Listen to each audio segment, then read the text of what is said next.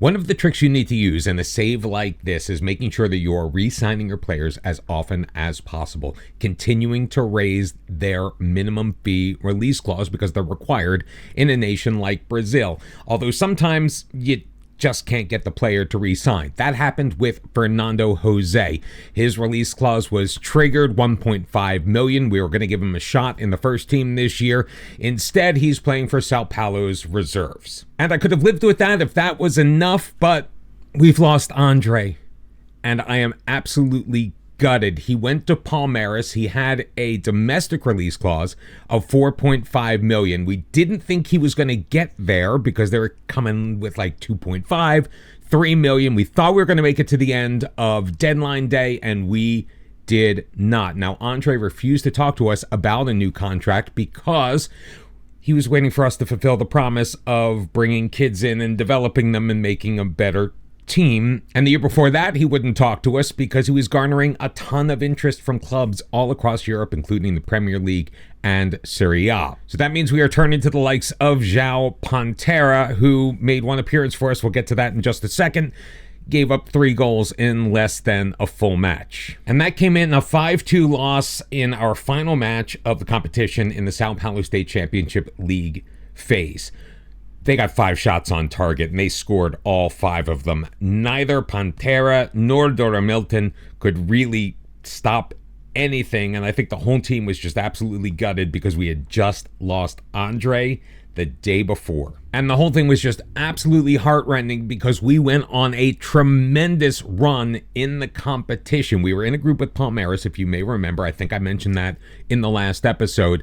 They won the group. We came in second. We went unbeaten in our first 11. It was the Grêmio loss was the only real flaw. We drew to Sao Paulo and we drew to Bragantino. Now, Bragantino is currently in Serie B, having just been relegated from Serie A, but they're still a pretty gosh darn good team. But we beat the likes of Corinthians, we beat Ponte Preta, we tied Sao Paulo, we absolutely walked all over Mirassol, we destroyed Santos, another team that was in Serie A as recently as last season. We had a fantastic time, and of course that means we have a matchup in the next round against Palmeras. There was a comment on Monday's video saying that Vitória was our new nemesis team, but I have to beg to differ. Right now, it is Palmeras. They have our star goalkeeper. They have really hamstrung us. And, oh, by the way, we're taking them on in a 2-legged affair. We start away, and we are missing some big guns. Carlau is back in because Canella has been out injured. JP is suspended for this one, so Souza Silva is in at right back. Beto is at the base of the midfield because a training incident has ruled out Igor from this match. And Gabriel Rezera, who is normally our starting / backup striker, depending on who I feel like starting on the day, he is also unavailable as he recovers from an earlier injury. So Arisvaldo Pereira is going to be backing up Marcus Antonio in this one. Oh, and just in case I feel the need, we have not 1 but 2 goalkeepers on the bench. We've got Dora Milton and Pedro Montavani. Hopefully, João Pantera gives us the match that we need him to give us, and he returns to the form that we saw a couple of seasons ago when he did such a fantastic job filling in for Andre. That looked like a great ball through. We did get a shot on, just not on target. Palmeras did make 7 changes in this match. I don't know their roster well enough to know if they have rotated players in or are rotating players out to get back to their normal base lineup. I guess we'll see how things go. Souza Silva beaten there, and the ball came through. Elias with a shot. Oh my gosh, Pantera making a massive save, or at least it looked like it was a massive save. Obviously it was a save, and any save that is made is massive, because in our last match we didn't see a single one. I think he probably made that look a little better than it needed to. One other match going on right now, it's Corinthians and Bragantino. Bragantino finished in like 13th overall, but I guess it's just the way the groups are going. And I thought we were lucky that we didn't have Palmeras. They were in our group, so we didn't have to play them in the league phase, but here they are, 1 versus 3, and Everton Tardini slides it past João Pantera. I guess he only had 1 save in him after all. He got past Ivanzinho, he got past João Enrique, and he gives Palmeras a 1-0 lead. Good ball to Edson Jose. He's in, he shoots, and Andre makes the save. Oh my God, they started him against us. I didn't even look at their starting lineup to realize our old goalkeeper is facing us in this match. What a slap in the face. Palmeras must go down. Caio Henrique standing over a free kick. He'll leave it short. Victor Reis, a shot from range that's going to go over. That's an area where we would have normally had Igor on the back post. We miss his height, and I think Caio Henrique decided to take the easy way out and make it a little more simpler on the team. The Tardini goal is the only difference so far as we tick down to 5 minutes remaining in this first half. We have equaled Palmeras in shots, in fact just taken the lead 8-7. We each have 4 shots on target. They have been the only team to score so far. Martinelli, good ball in. Tardini's there, he tucks it past João Pantera to make it 2-0 Palmeras. A rare weak defensive play for Ivanzinho let him through, and Tardini with a pair of goals in this match. And it really has been all Palmeras all the time. João Pantera just seemed to lose confidence with our team talk. So we are going to actually make a change in goal. And we're going to bring in Pedro Montavani. One, because he is motivated. The other, because he has more experience than Dora Milton. Hopefully Montavani, who I believe has gotten some playing time with our reserve team, will be able to get the job done, or at least maintain the tie at 2-0 at the very worst. I am hoping that we are able to finally break through and get ourselves a goal in this match. Ivanzinho, Beto not looking very good at all. Manuel Rodriguez absolutely doing nothing in this match, and he has been absolutely fantastic so far for us in this competition. He has certainly wrestled that job away from Zé Carlos, but so far, we're not really getting much done, and Palmeras once again in control. It's Quispe out to Valura. They've got men on him. We're not really getting in there, which is not the way we typically play the game. Near side, Souza plays it forward, finds Constantiera into the middle. Montavani makes a great save. It's recycled, though, by Palmeras. Perez, it's to the edge of the box, laid back, Morato, but the flag is going to be up. They're going to say they were offside. So let us make some adjustments to the team right now. Beto's going to come out.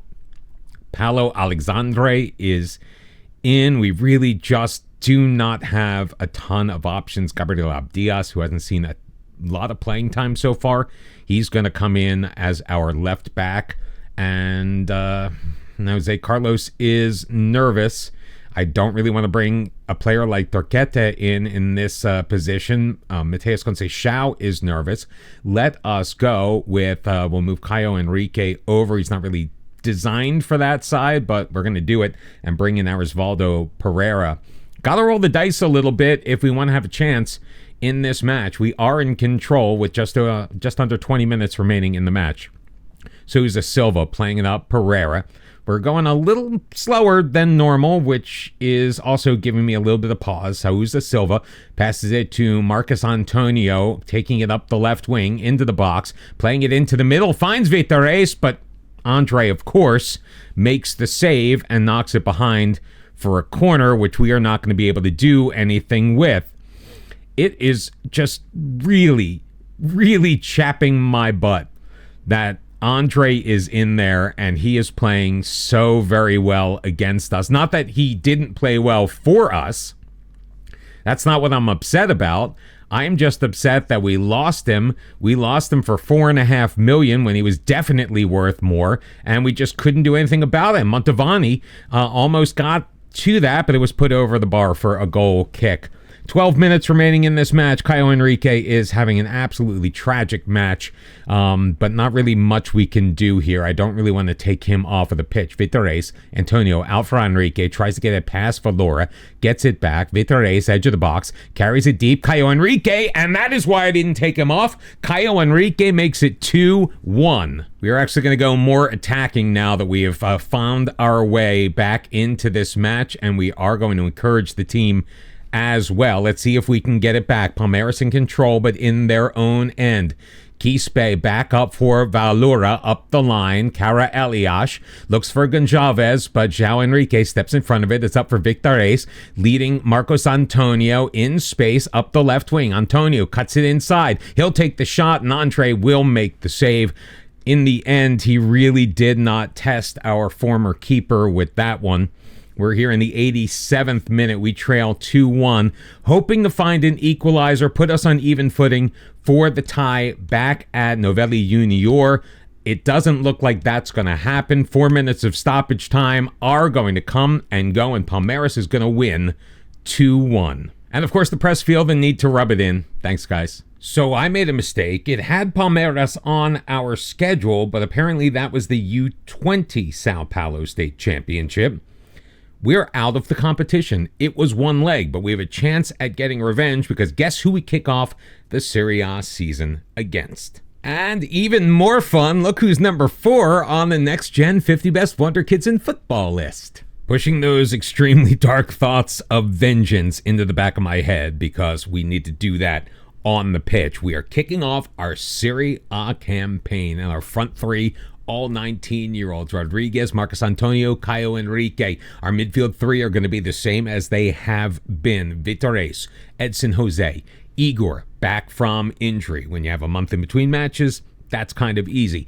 Ivanzinho, Carlau, Canella, and JP will be our back 4 in front of Pedro Montavani, who had a very solid match once he came in against Palmeras. Let's hope he can replicate that tonight. The biggest difference between this match and the last one is we are the home team this time, and I'm hoping we can use that to our advantage, even though Andre is once again in the lineup between the sticks. Look at those stands.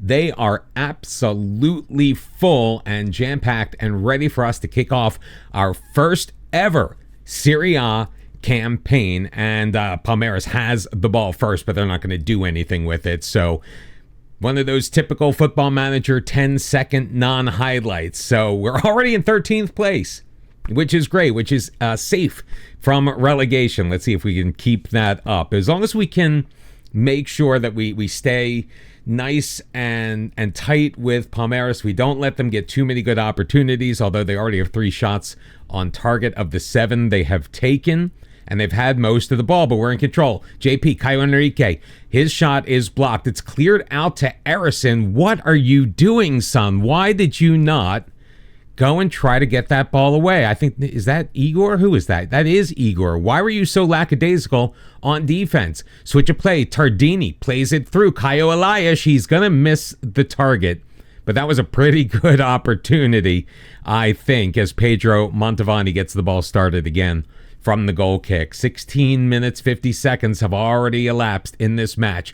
0-0 your score. It's played to Marcos Antonio in the middle circle. Ivanzinho, Rodriguez, Victorés. Antonio's got a running Rodriguez, but he's going to find Edson Jose, who just puts it over and into the stands. A golden opportunity for Edson Jose. He may not have the best finishing in the world, but that is the kind of opportunity he usually buries, and that was our chance to take a 1-0 lead in this match. Let's see if we can replicate it. Marcos Antonio with it again. This time he gives it to Jose in the Palmeras end. Caio Enrique moves it to his left, over the top, finds Marcos Antonio, and it's Marcos Antonio who gets it done. However, he may have been offside.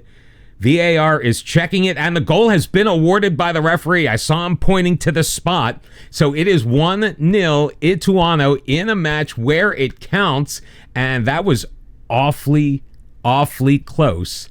But thank goodness that VAR saw things our way. Marcos Antonio getting the first ever Serie A goal for Ituano, the 19-year-old back in on loan after the sale to Manchester United. Marcos Antonio once again with it. Feeds Caio Enrique to his right. He'll circle back, play it out wide. He's got JP on the right wing, pushing it deeper. JP turns around, gets through his man Marlon Gomez. JP free to Caio Enrique, who turns, fires, and scores. It is 2-0 Ituano, and more importantly, we're making Andre look bad. Actually, I shouldn't have said that. I really do not want to tempt the Football Manager gods by getting A, overconfident, and B, reveling in the joy of the player that said he was happy to stay unless Chelsea came a-calling, went to Palmeras really quickly. Like, they put the offer in, it was accepted because it was a release clause offer,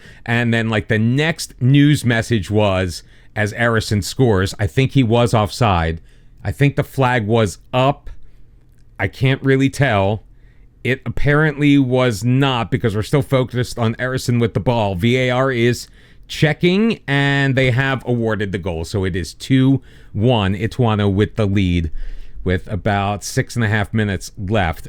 But like literally the next it took them less than an hour to come to terms with Palmeras. So I'm still a little salty over that. So if we are somehow able to beat our former goalkeeper in this match, it'll be fantastic. Not only because we're beating Andre. It's really, like, I'm not really trying to be that petty. It's because we have not been successful over the years when taking on Palmeras in the Sao Paulo State Championship, let alone potentially in Série A. So if we can pick up a victory in this first go-through, then I think it could be a barometer for our success this season. Not that we're going to win every match, even though we did go unbeaten in 11 in the Sao Paulo State Championship. Kua Elias has got a man in the middle to take Mantovani on, and he does not solve the keeper 3 minutes into this second half. So 2-1 against Palmeras is actually an excellent place for us to be. Our assistant manager recommends we take off, get stuck in. I'm going to agree with him. I do not want to lose any of our players to a potential card in this situation. We still have 30 minutes to get through, as Carlisle does have a yellow, and we did lose Jose Enrique to a long-term injury. He's going to be out for the next 2 months or so. Igor splaying it out to the right. JP with acres of space cuts it into the box. JP taking it deep, shooting it on, taking it himself, and restoring the 2-goal lead. It's 3-1. Take a bow, son. Now that we have a nice lead, I'm not going to use the word comfortable. I almost did. It was on the tip of my tongue. But now that we have a 2-goal lead again, we have made our customary defensive adjustments, and I think that also means we're going to take Edson Jose out of the match at the next opportunity in place of William Da Silva, who is a slightly more defensive-minded midfielder. Prestiani getting it ahead. Kua Elias drops it back. Prestiani, I don't know what those two were doing. Played over to Erison. He'll shoot it on. What a header. I think he may have been offside. The appeals are there.